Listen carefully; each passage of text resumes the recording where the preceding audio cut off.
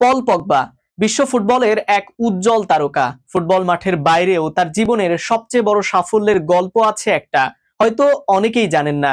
ইসলাম ধর্মই পাল্টে দিয়েছে পল পগবার জীবন। কিভাবে ইসলাম একজন ফুটবল তারকার জীবন আর বিশ্বাস পাল্টে দিল, সেটাই জানবো দুনিয়া স্পোর্টস এর রিপোর্টে।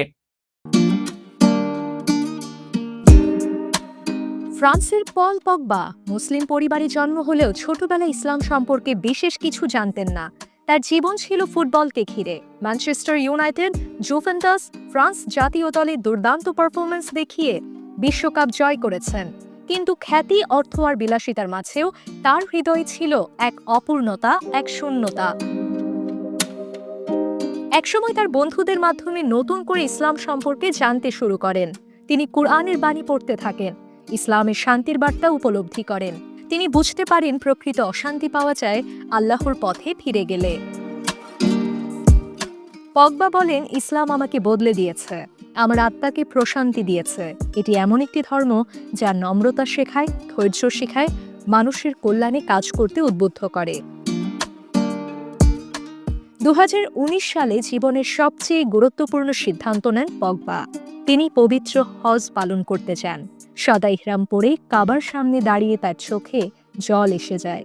তিনি বলেন, এটা ছিল আমার জীবনের সবচেয়ে সুন্দর মুহূর্ত।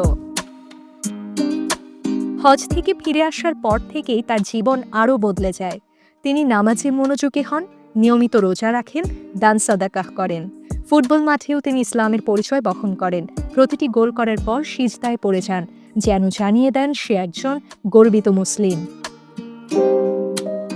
তিনি বলেন, আমি চাই সবাই ইসলামকে জানুক। ইসলাম শান্তির ধর্ম, মানবতার ধর্ম। ইসলাম আমাকে একজন ভালো মানুষ হতে শিখিয়েছে। পগবার জীবনের এই পরিবর্তন আমাদের জন্য বড় শিক্ষা।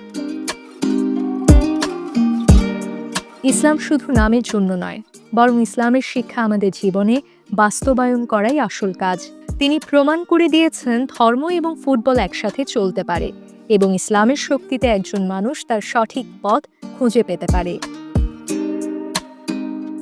আজ পগবা শুধু একটি ফুটবল তারকা নন, তিনি ইসলামের একজন গর্বিত প্রতিনিধি। তিনি ফুটবল মাঠে এবং জীবনের প্রতিটি পদক্ষেপে তার ধর্মের আদর্শ বহন করছেন। নিশ্চয়ই আল্লাহ যাকে ইচ্ছা পথ দেখান। সূরা আন-নূর আয়াত 46। পগবা তার পথ খুঁজে পেয়েছেন। আমরা কি আল্লাহর পথে ফিরে আসতে প্রস্তুত?